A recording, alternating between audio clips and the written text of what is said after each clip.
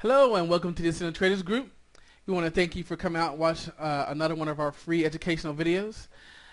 We want to go ahead and take a quick moment and explain to you or share with you some of our components to the Accendo Traders trading plan. The first thing you have to do when defining your system is define the trend of the market. Which way is the market going? And what signals, what technical analysis, chart patterns, whatever it may be, what do you use to identify the trend in the market? We don't want to be going long in a downtrend, and we don't want to be going short in an uptrend. So before we get into trade, we want to identify the direction of the market. After that, we want to find a location. We don't want to buy out in space. We don't want to just be standing there, wandering around. We want to find some key price levels to help us identify a safe place to get in and to get out of our trades with a higher probability.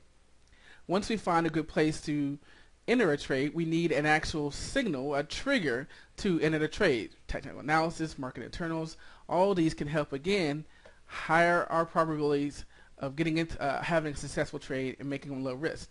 Finally, once we're in a trade, we want to make sure that we identify our stop, know what our target is, so that we can determine what the risk to reward ratio is, and therefore we may not even want to be in the trade if we don't have a good one. Location, location, location. That's what we're going to focus on today. As a farmer must know the optimal time and place to plant and harvest a crop, the trader must know the optimal time and place to buy and sell a position. A farmer doesn't just go out there and start planting crop. He has to determine, depending on the type of crop, should it be in the shade, should it be in the sun, how close we have to be to the water, have I over harvested this crop and now it's worn out. He has to determine a good place to plant his crops, and more importantly, the time. Are you going to plant in the winter?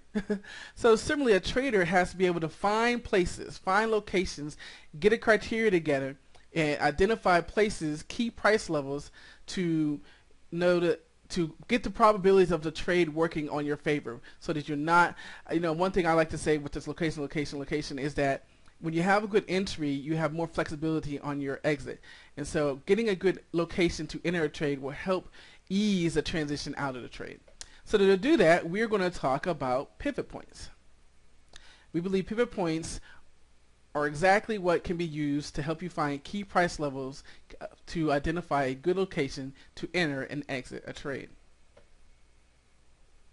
Well, what are they? What are pivots? Well, the most important thing to understand is that pivots are watched by most of the institution, the floor traders, professionals. So that's very important to know.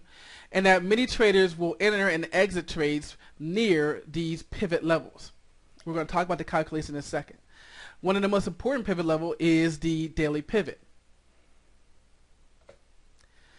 They can be used as support and resistance levels, and they can also help identify breakouts. When we look at our little picture here, I have some of our pivots. This purple line here is a daily pivot, which we said was the most important. And then I have S1, support 1, S2, support 2, and S3, support 3. On the top side, if we were to have them, there would be R1, R2, R3. But right now, in this little picture here, we have just support 1, 2, 3, and a daily pivot. So let's talk about this daily pivot and why it is so important. Again, pivots are a mathematical calculation which takes the average of a stock's high, low, and closing prices.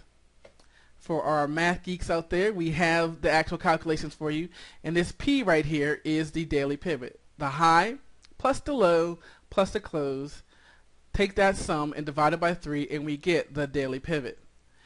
R1, R2, resistance 1, resistance 2, S1, S2, support 1, support 2.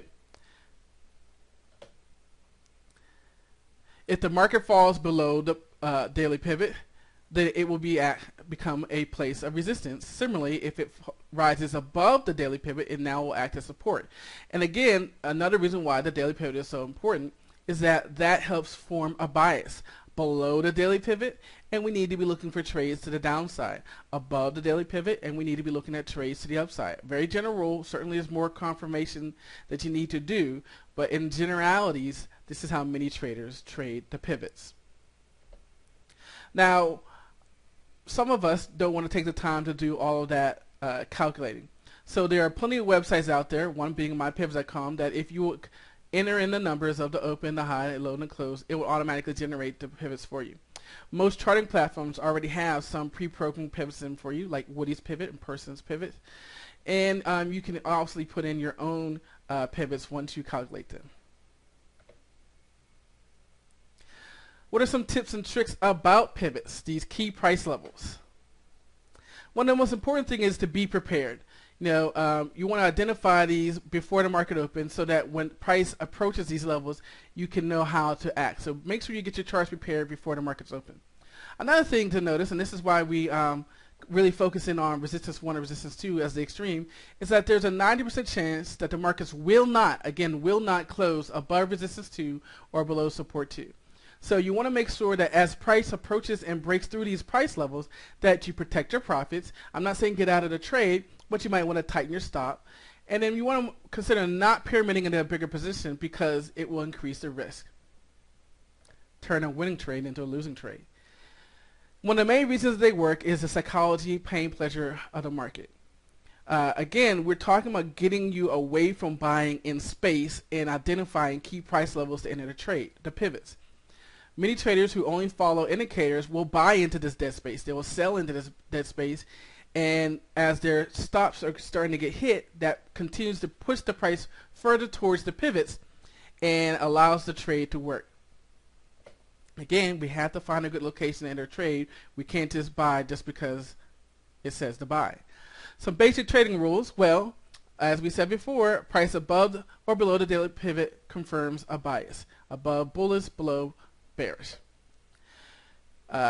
We want to consider on a trending day buying a break of resistance 1 or support 2 with MACD confirmation. The reason we want to use MACD is because MACD is good for trading markets, where stochastics is good for consolidating markets. So as MACD is confirming it and we break through resistance 1 or support 1, we want to consider that trade. I even like to take it a second step and say, as we break through, as we see right here, we're breaking through a pivot and we come back and test it. I like to buy the pullbacks. Here we have a pullback to a pivot, several pullbacks to the pivot. So those are the type of trades I like to get into.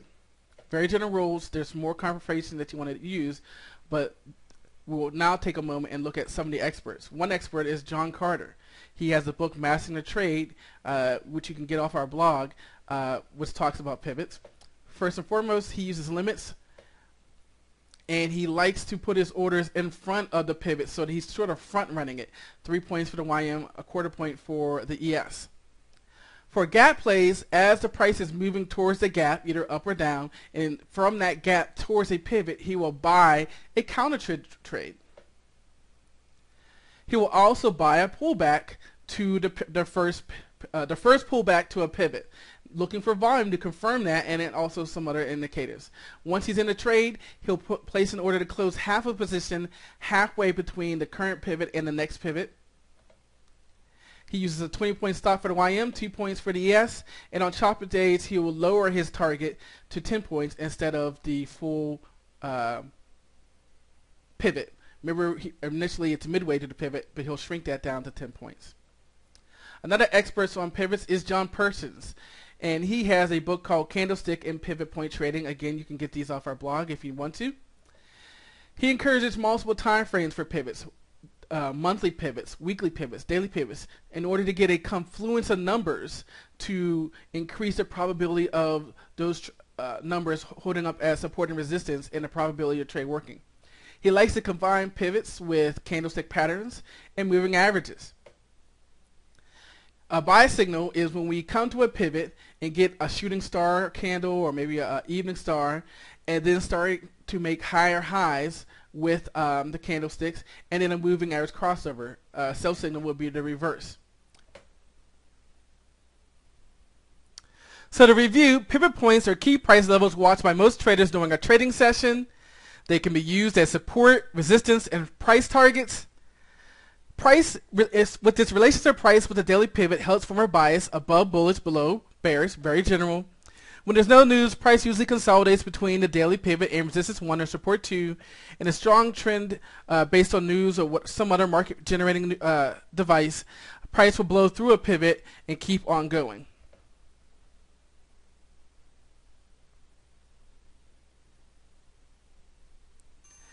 Pivots help us identify opportunity and allow us to choose the right strategy to trade.